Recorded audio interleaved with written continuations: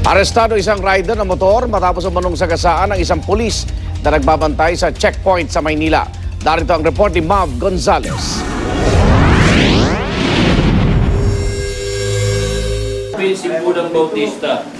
Sa halip na hintuan ng checkpoint, sinagasaan pa ng isang motorcycle rider ang pumaparang pulis sa kanya sa Abad Santos, Maynila bago maghating gabi. Walang suot na helmet ang suspect na si Jason Semundo, kaya pinahinto siya sa checkpoint sa lugar.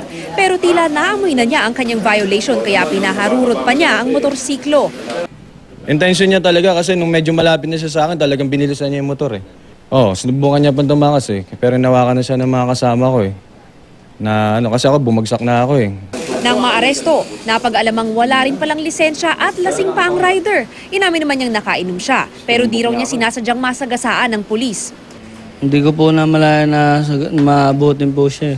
Hindi po nakayanan ng preno, pero hindi ko po intensyon na sagasaan siya. Nang ipablotter sa police station, ibang pangalan pa ang ibinigay niya. Kalauna, nadiskubre pang may iba pala siyang kaso kabilang ang robbery at hold-up na ayon sa suspect ay na-dismiss na naman raw. Uli niyang binigay kasing pangalan dito Marvin Simbulan Bautista.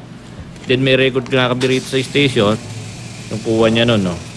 Ang pangalan niya rito, Jason Simundo Bautista. Pero i-verify pa rin natin to kung talagang na-dismiss yung kaso niya na to.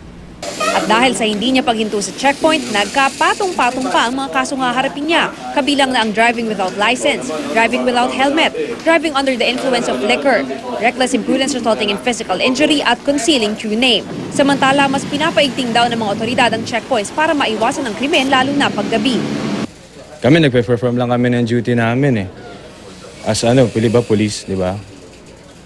Tapos rin namin, nag-ano rin kami doon sa mga riding in tandem. Concentrated kami doon sa mga motor na... Para sa unang balita, Mav Gonzalez reporting.